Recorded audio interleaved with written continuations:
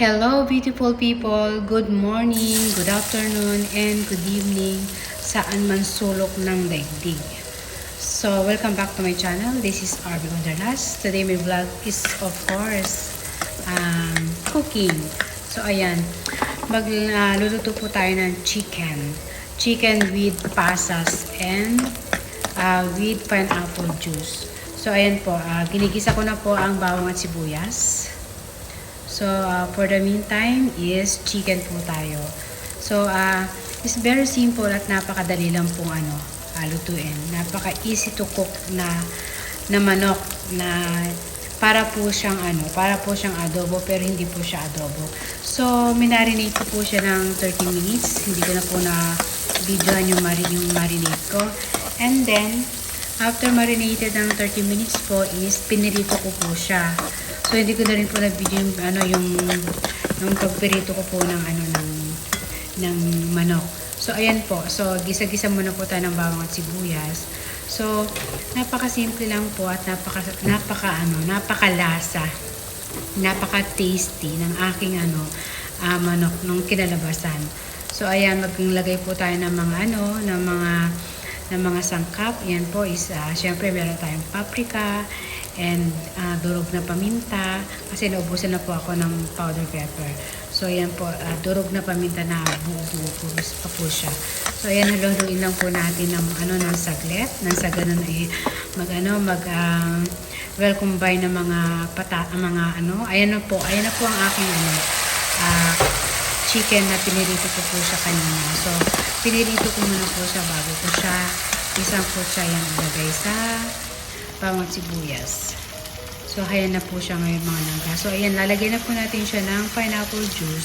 So, mga langga, mga lovely friends, ano po yan, ang pinakatubig ko po sa kanya is yung pineapple juice. So, syempre, nilagay ko rin po yung marinate ko na chicken. So, ayan, pineapple juice. So, ilagay ko na po lahat.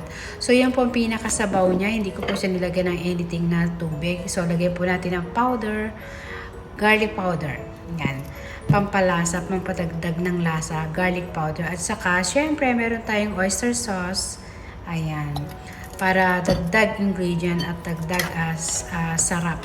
Eka nga. So, ayan, halu-haluin po natin ang ating mahiwagang sandok. Nang sa ganun ay ma-spread ang mga nilagay nating mga spices. So, ayan po, lagyan po natin ng tomato sauce or ketchup. Ayan.